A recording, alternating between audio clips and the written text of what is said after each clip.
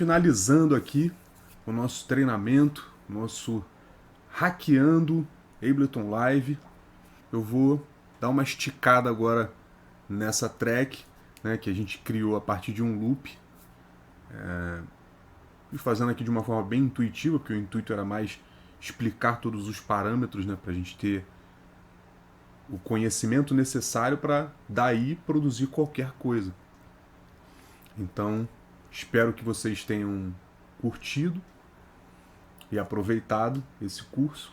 Vejo vocês nos próximos treinamentos e espero que a gente continue essa caminhada aí em prol da evolução da música, para a gente cada vez fazer um som melhor aí com mais qualidade. Valeu?